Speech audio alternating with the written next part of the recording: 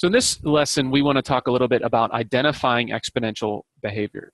Remember back in section 3-3 that linear functions have a constant rate of change. Okay, so the rise over run always stays the same. Exponential functions do not have constant rates of change, but they do have constant ratios. And a ratio, remember, is when you compare one number to another number. So I want to determine whether this set of data below displays exponential behavior, right? Yes or no. Now here's where you have to be careful. Notice that the x values always go up by 5s.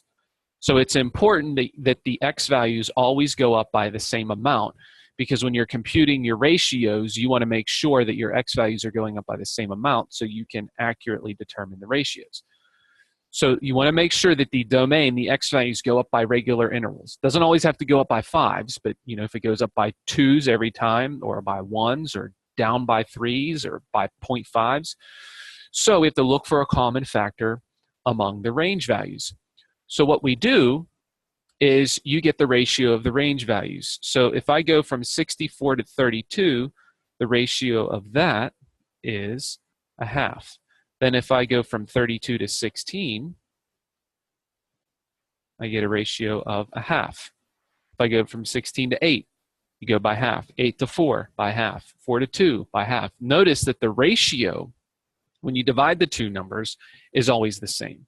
Now, if you subtracted them, that's what you did with linear functions, you'd see that it doesn't go down by the same amount. All right, from here to here is 32, from here to here is 16, then it goes down by 8, then by 4, then by 2. That's the amount, that's a common difference. It's not a common difference, right, is what I mean. Okay, but they do have a common ratio of 1/2, and that's how exponential behavior exhibits itself. Okay, so the range of values differ by a common factor of 1/2. Since the domain values are at regular intervals, the range values differ by a positive common factor. The data are probably exponential, and its equation may involve an x, a 1/2 to the x. Now, if you plot the points and connect them with a smooth curve, you'll also see that it has the features of an exponential graph. They're decreasing as they go from left to right, so it's probably exponential decay. Okay. So here's one for you to try. Determine whether the set of data shown below displays exponential behavior or not, and explain why. Go ahead and pause the video. Okay, we're back. So notice that the domain values go in regular intervals of 3. It goes up by 3 each time. So you have 12, 16, 20, 24, 28, 32.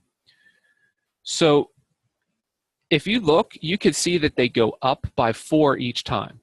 Okay, 12 to 16 is 4, 16 to 20 is 4, 20 to 24, to 28 to 32 is 4 every single time. But we're not looking at the difference, we're looking at the ratios. So you want to see, what does 16 over 12 come out to be? What does 20 over 16 come out to be?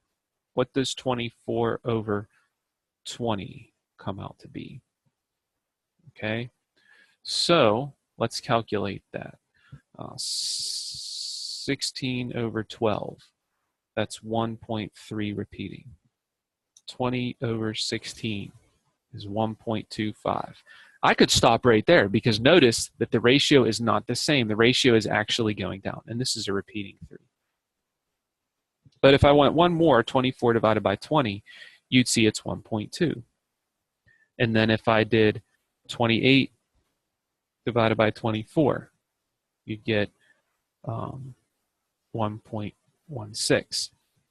So the ratios are not the same. You don't have a common ratio, so therefore this is not exponential. In fact, this one ends up being linear if you were to graph it, because as the x values go up by increments of 3, the y values go up by increments of 4. So it has a constant rate of increase. All right, guys, well, that's it for this section. Please continue on to your assignments, and as always, reach out to me if you have any questions, and take care.